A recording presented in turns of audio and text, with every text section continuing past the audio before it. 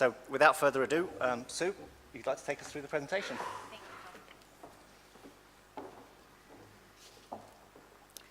I don't milk cows in my spare time, I should just clarify. In fact, it's exactly because I had a bit of spare time that I'm the one here today representing the 33 dairy farmers of the Aorere Catchment group. They're at home quietly achieving in full-time jobs. I've been given a wonderful title to speak to today.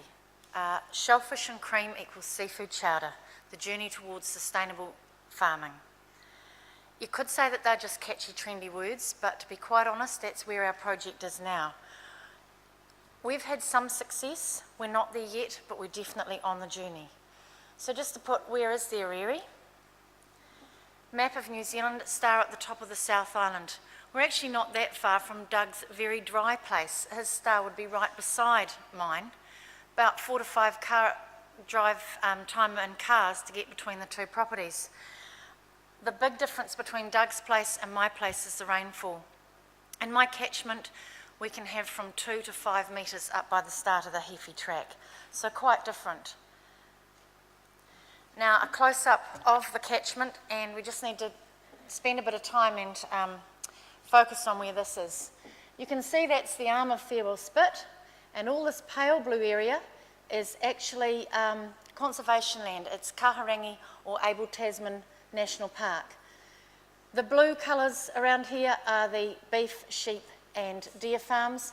The gold is the dairy farms, and you can see that since this was taken, this is from statistics, the dairy farming along here has decreased. Only about half that land is in dairying now, and it heads up the Aorere Valley, which is my valley, up the Tākaka Valley, which has another river system as well. The important thing to note is these little squares in the bay, that indicates the aquaculture management areas. And this one here, above the words Ruataniwha Inlet, that was the first farmed area. This area down here took longer to get permission for. It's spat catching area. And I guess the issues were focused on us because that's where they put the farms in first. But until they sorted their issues out, the marine farmers couldn't look at investing in farms in this area. I guess things have changed since the days when they joked about the good growth rates in the marine farms compared to in the Marlborough Sounds. So we're focused on the farmers in the Aorere Valley, on the dairy farmers precisely because we are all dairy farmers, and it's still a small area, only 100 farms in the whole Tākaka Golden Bay area, so there's been a lot of spill out, although it's mostly us. I do want to say that to begin with, we did purposefully exclude other types of farming.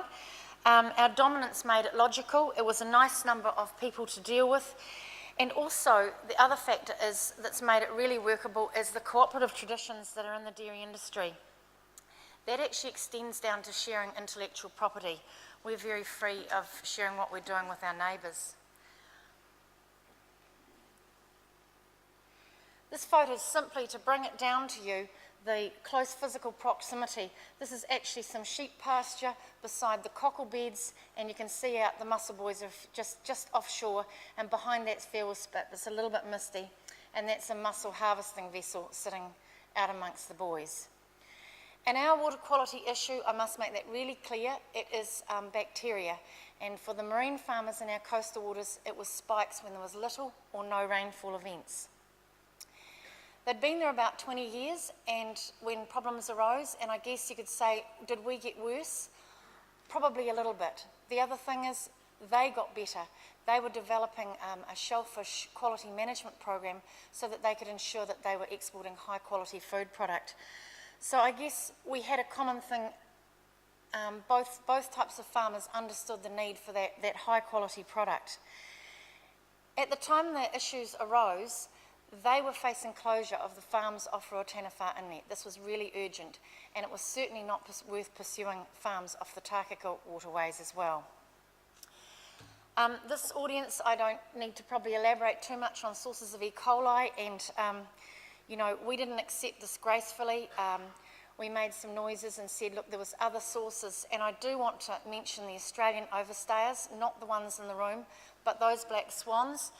They can be a problem, especially for the cockle beds at times, and They live inside the estuary part, inside Farewell Spit, and they compete with juvenile fish species like snapper. So far as I'm concerned, they could all go, but that's outside the scope of our project. So what got us going was a problem. And what really got us going was on the same day that we got reports with really bad news from Tasman District Council, they also introduced us to Landcare Trust, Barbara that day and Don Ross, the now retired CEO. And now we work with Jodie and Nick closely as well. This morning I heard Landcare described as a bridge. I want to call them a cross-boundary organisation extraordinaire. They've literally been our project's backbone. We wouldn't have got even the funding to get where we were without them. Landcare is expert at guiding communities. They guide us by carrots, not sticks, and by collaboration with a difference. It's respectful collaboration. And that is a really key difference. You know, we all know what somebody else should do, but Landcare work on what we could do. So I realised today my presentation, I haven't got enough shots to show that the Aorere River is a beautiful middle-sized river. It looks clear, you can see fish in it, you want to swim in it, play in it. And I guess that bottom shot where the cows are does show you just how clear the water gets just after a couple of days after it stopped raining. But in winter time it's boggy land and we do have runoff. But you've got to remember, our flushing effect took away a lot. So for us as farmers, it was really hard to get our heads around seeing as a problem what we saw as normal. Here's a beauty. This is from my farm.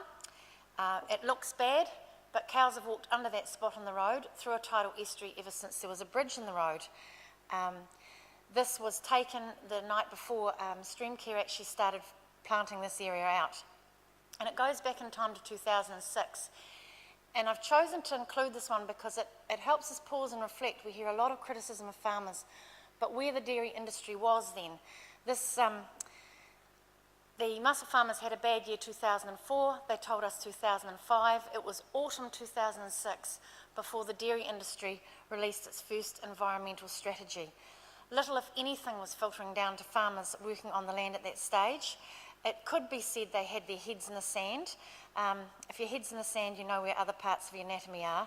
But there was a lot of us already thinking that, thank goodness, that Fonterra had got the Clean Streams Accord going.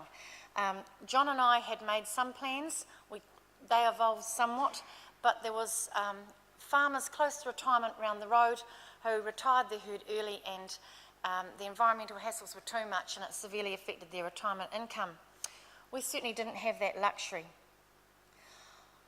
We did have a lot of initial reactions about shooting the messenger, but I just want to stress here that Tasman District Council, again, in the top of the south, I'm like Doug, we have a district council to deal with, and I've had an excellent rapport with them over these environmental issues.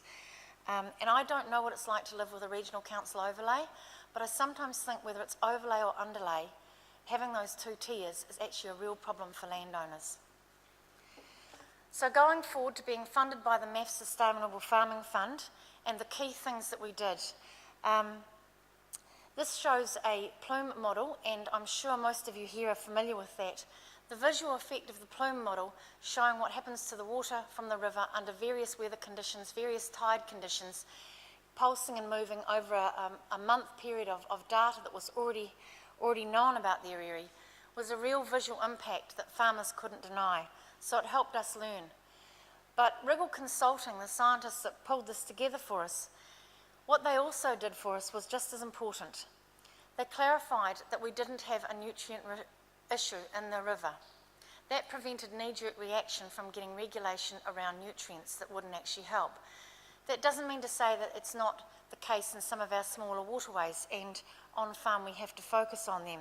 It's a bit like think local, act global. Think of your little waterways and your main river will be clear. Wriggle also helped us discuss with the marine farmers why they had positioned their marine farms so closely inshore. The answer was nothing to do with water quality, but in fact it was the place of least opposition to positioning them during a 22-week Environment Court battle to be able to produce a fairly sustainable source of protein in our bay. Which means, as a community, again, you've got to think about the parameters when we're making decisions. Why don't we look at some factors? So that was a really, really useful thing. For us as farmers, we live and use the waterways ourselves.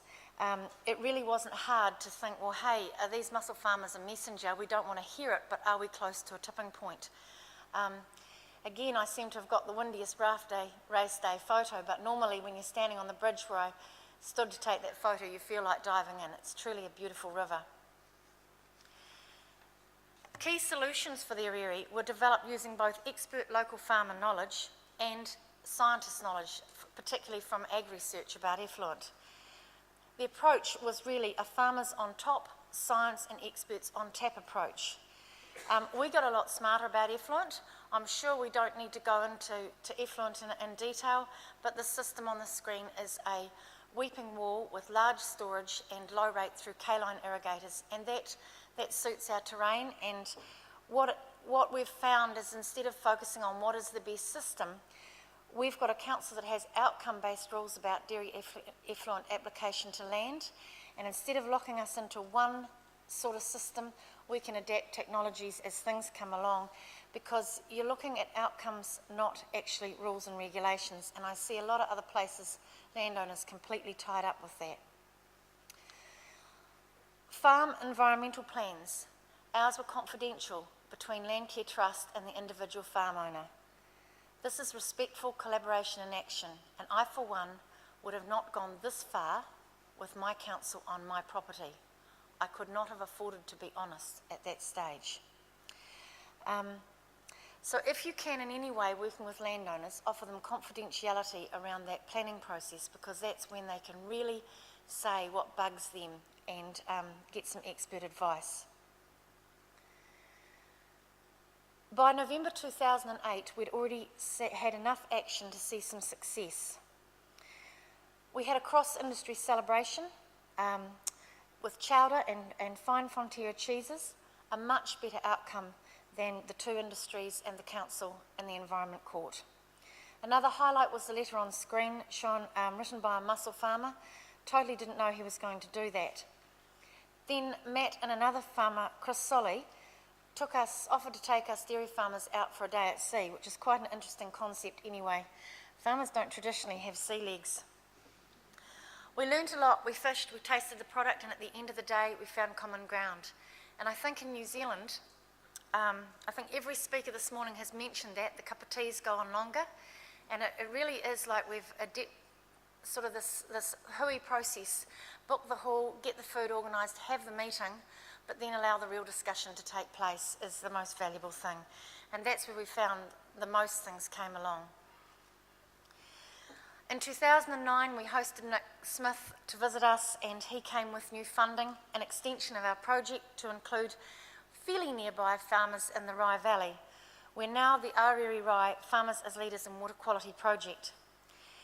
Now, I'm going to acknowledge here that Dairy NZ, Fonterra, the whole industry weight for dairy farming, particularly around effluent, has changed. We're in a totally different place. It's great. But in Rye, the challenges are quite mixed between dairy, beef and forestry. There's also lifestyle blocks and tourism and outdoor adventure things.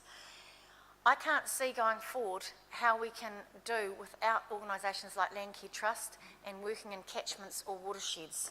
No matter what industry tools, we still need to work in those watersheds to have vital success. Just a few photos. We did all those other things. The underpass, effluent in that underpass is actually collected and pumps onto paddocks, and there's bridges and things gone in. We have linked with community really strongly. The trees in this space where it's taken are now taller than those people. This is unique organisation, Streamcare. They are backed by Forest and Bird as an umbrella organisation. They've planted thousands of plants for free on private land. The funding changed things. We now have a unique thing where the mussel farmers have funded the plant growing for the last 2 years, and farmers then contribute $1 per plant. It's working really, really well. We also, because of local knowledge, it's a small place, we contact the headmaster and arrange the use of a retired, at that time, nursery at the school grounds to grow the Streamcare plants. Then we got the big kids out doing the collecting of seeds, everything through Streamcare and Enviro schools. This group here, that's on my farm.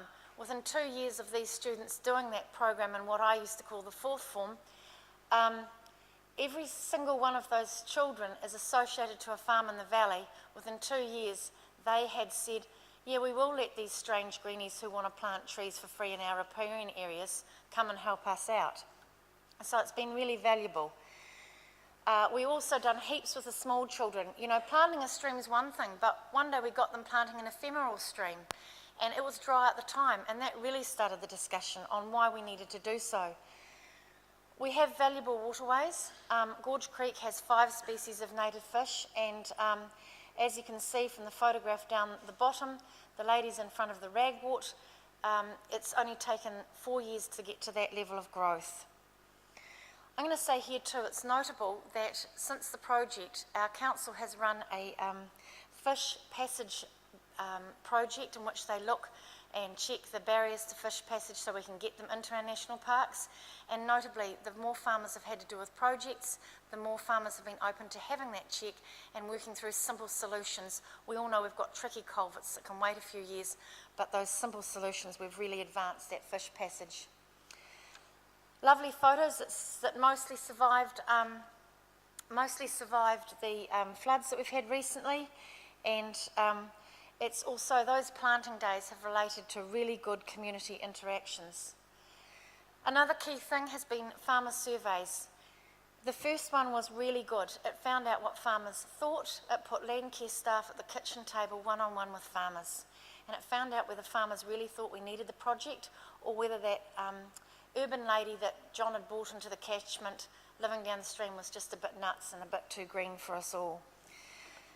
Second survey showed clearly effectiveness through changing attitudes, knowledge and action.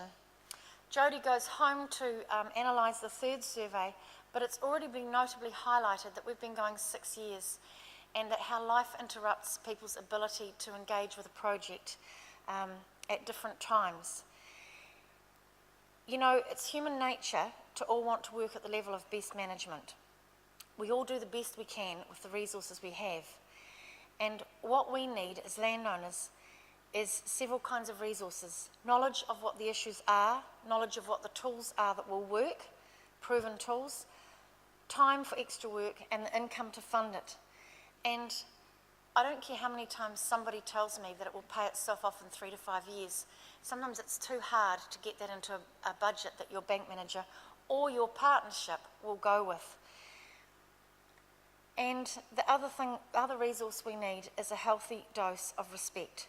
We pay the mortgage for the privilege of making the decisions on our land, and there has to be a really complementary crossover there.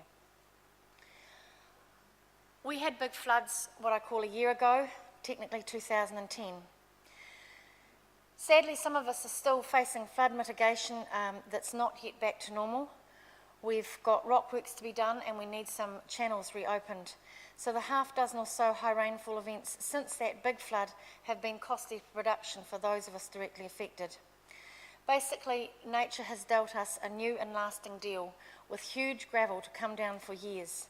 Our local plan did not take that into account. In fact, it's had a nil gravel take, and in fact, no gravel banks have even been moved to help gravel move within the system for the last 20 years. And I just want to add to that it's a serious situation. Sometimes we get bound up in these rules and we don't realise that community aspirations may have to change, because as nature changes, we also need to protect our communities and our productive land. Not every river can be left pristine, absolutely pristine, untouched, except for rockwork. Basically, we need to revisit that in the Aorere, and the truth is our experience is going to mean that loss of economics means that progress on environmental outcomes is interrupted.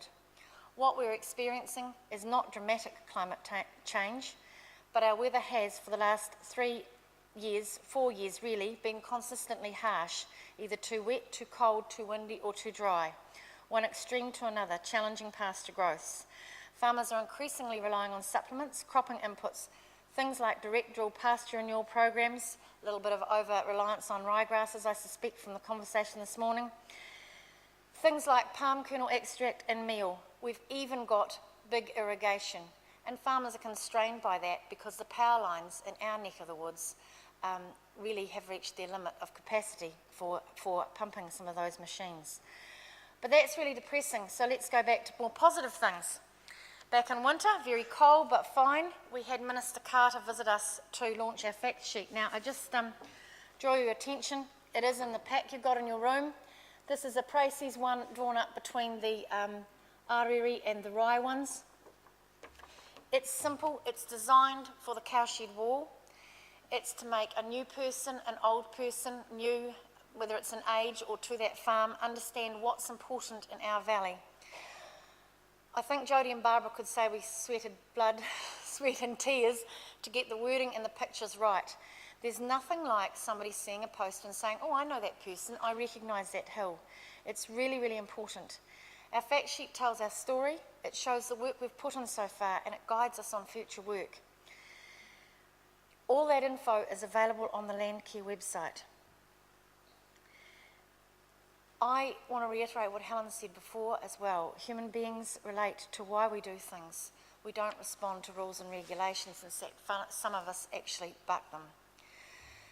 The Aorere project, we've received a great amount of positive publicity. It was quite a decisive step to go out and tell our story, and I feel like that's overtaken the project in a way as actually telling a good story, because we realise there's not enough good stories told about farming. And people have these amazing misconceptions. I mean, I look at my place, I'm still hoping that the biological control for ragwort, the Tasmanian plume moth, will flourish. It's not looking promising this year. I'm battling Dairy NZ at the moment to try and get a fungus advanced that will kill giant buttercup. The preferred option, it seems, that scientists would like to explore is a cropping and weed chemical spray regime that may increase my pasture per hectare, but it's not exactly the sustainable, absolutely kills the whole plant once and for all option. So, you know, farmers in their own way are trying to do a lot of things, and it's very easy to drive past and see someone as a poor farmer or not taking care of the environment. You need to stop and chat to them. On screen, you'll see the flyer for the film Tangaroa. That was interesting. Our project had become seen as one person telling a story. I really mean it, I was the one with time on my hands. We managed to get a few farmers in the film that day, and we trust we've portrayed how farmers and farming have recognised we're part of the problem and are working on being part of the solution.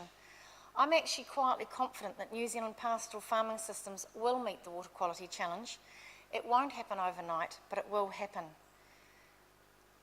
Finally, we tell our story hoping that other farmers and the rural professionals that work with them will be encouraged to help all New Zealanders understand that both rural or urban, farming and non-farming, we're all stakeholders in New Zealand Incorporated, and the time has come for all of us to stop knocking each other and get on with collaboration, and may I add to that, respectful collaboration this morning. It's the best way to get good and long-lasting environmental outcomes, and the best way to ensure New Zealand Incorporated prospers and grows. Thank you.